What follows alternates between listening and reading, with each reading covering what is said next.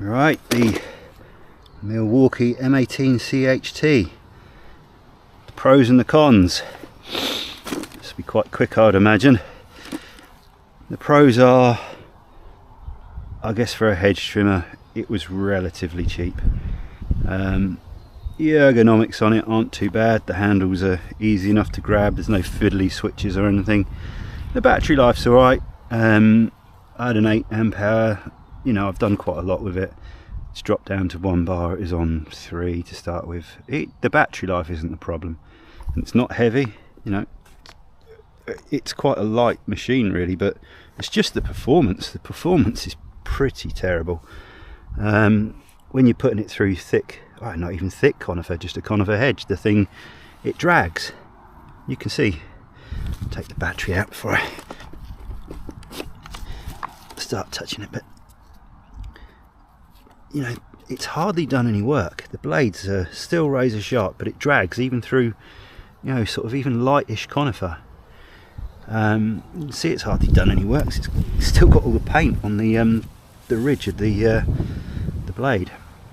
I think the problem is when you look at most hedge trimmers, most decent hedge trimmers, you know, this Stihl's old, but all these blades, they've got a bevel on both sides. This one hasn't. This one's only got a bevel on one side, and then the other side, I suppose you'd call it an anvil maybe, is straight. So it's not got the same cutting performance.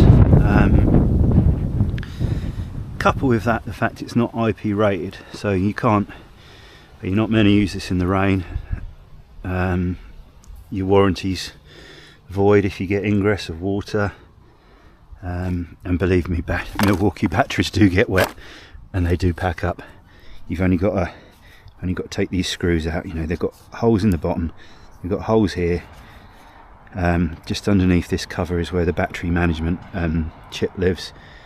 It does not take a lot. You know, you can see there's holes in it. The Husqvarna ones and the Stihls, they're IP rated, they're alright. These ones aren't. And Milwaukee tools, they do often pack up when they get wet. I've had it before. I've managed to revive them, so to be fair, I did manage to unscrew the battery, blow it out with compressed air, and you know, put some contact cleaner in there. I did manage to dry it out, put it in the airing cupboard. But yeah, they're no good for outdoor use.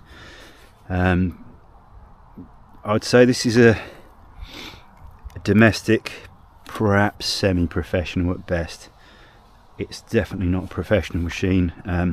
Unless you've already got batteries for it, I wouldn't bother with it. I'd pass Milwaukee up all of their outdoor tools. Apart from the secateurs, they're pretty good, but the performance of all the Milwaukee outdoor tools compared to, you know, everything else it's pretty dire. But it's cheaper, so you know, you pay your money, you take your chance.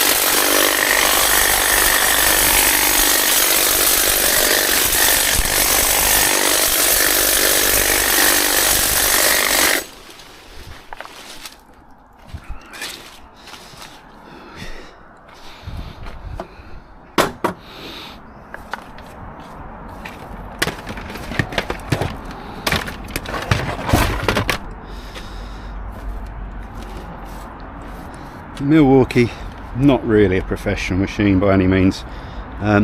Would I buy another one? No, probably not. They're semi-professional at best, and to be honest, they're disposable. If this ever goes wrong, it's made to be binned. Yeah, not really impressed with any of the Milwaukee outdoor tools apart from the secateurs. That's about it really. So yeah, not really one for a professional arborist or gardener.